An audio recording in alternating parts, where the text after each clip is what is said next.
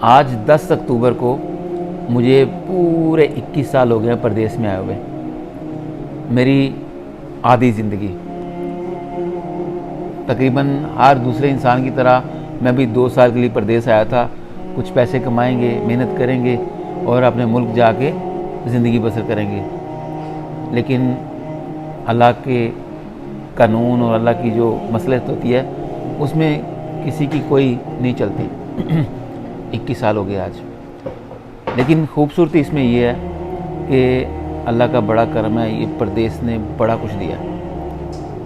आज ये नहीं कह सकता कि परदेश है। कहना चाहूँ तो अपने मुल्क जाऊँ, वहाँ भी परदेसी, इधर भी परदेसी, और अगर कहना चाहूँ इधर भी देसी उधर भी देसी। अपनी अपनी सोच की बात है, लेकिन परदेश ने बड़ा कुछ दिया। लेकिन मैं ऐसे परदेशियों को भी जानता हूँ कि जिनकी ज़िंदगी में कुछ बदलाव नहीं आया, आगे नहीं बढ़े। अपनी अपनी जद्दोजहद हो सकती है, लेकिन अगर आप भी परदेसी बनना चाहते हैं तो आपको ये सोचना ज़रूर है कि आप परदेश में आ रहे हैं, किस मकसद के लिए आ रहे हैं। जिस मकसद के लिए आ रहे हो उसके ऊपर फोकस रखना है। घर वालों की तकदीर बदलनी है तो फिर उस तरह काम करना है, मेहनत करनी है, पागलों की तरह खून पसीना एक करना है, ताकि आप भी कल को मेरी तरह वीडियो बना के कह सकें कि परदेश ने मेरी ज़िंदगी बदली है। अपने मुल्क में अगर कुछ कर रहे हैं तो बड़ी अच्छी बात है, लेकिन अगर मजबूरी, हालात, सिचुएशन कुछ भी हो सकता है, तो जब आ गए तो पीछे मुड़ के देखना नहीं है। फिर दोस्तों यारों के पीछे नहीं पड़ना।